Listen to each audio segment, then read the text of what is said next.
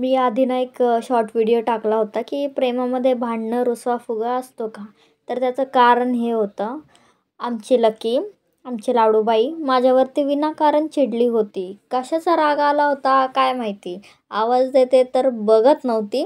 बघितलं तरी झोपायचं नाटक करत होती. मी तिला विचारलं, "मी तुला काय खायला देऊ का? बिस्किट वगैरे आणू का?" तर इतकी नाटकी करत होती आणि बारीक आवाजाने माझ्याकडे बघत होती.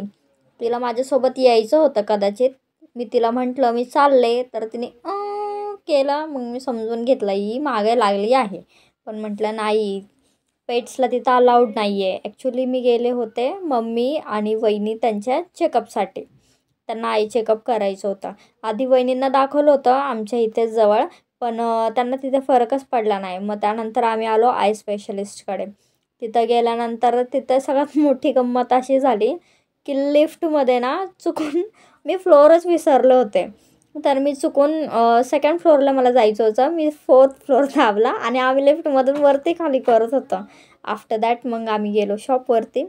मग तिथं गेल्यानंतर मग क्लिनिक शोधलं, तर क्लिनिक भेटलं मला. मग तिथे मी आधीच अपॉइंटमेंट घेतली होती.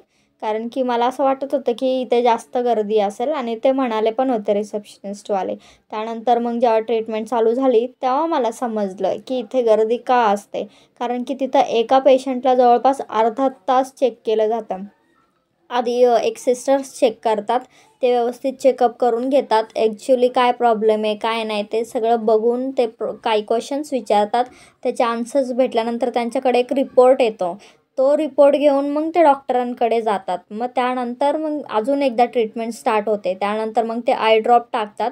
आय ड्रॉप टाकल्यानंतर पण परत एकदा ते चेकअप करतात. अशा प्रकारे जवळपास 3 ते 4 वेळा त्यांच्याकडनं चेकअप होतं.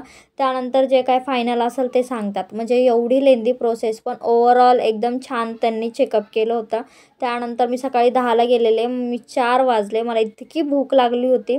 मग जवळपासचं तिथं एक कॅफे होतं. तिथं गेले होते मी आणि तिथं मी खाल्लं माझं फेवरेट मिसळ. कारण की मिसळ हे माझं ऑल टाईम फेवरेट आहे. मग तिथं मिसळ खाल्लं मस्तपैकी. त्यानंतर मग आय चेकअपसुद्धा झालं होतं. मग आम्ही घरी यायला निघालो. त्यानंतर ना मी कॅमेरामध्ये झूम करून बघत होते, फोनच्या कॅमेरामध्ये, आणि माझं शूट झालं. मी व्यवस्थित शूट वगैरे केलं. त्यानंतर मी स्वतःला आरशात बघत होते ना, मी हाताने झूम करून बघत होते आणि विचार करत अरे झूम का होत नाही आहे?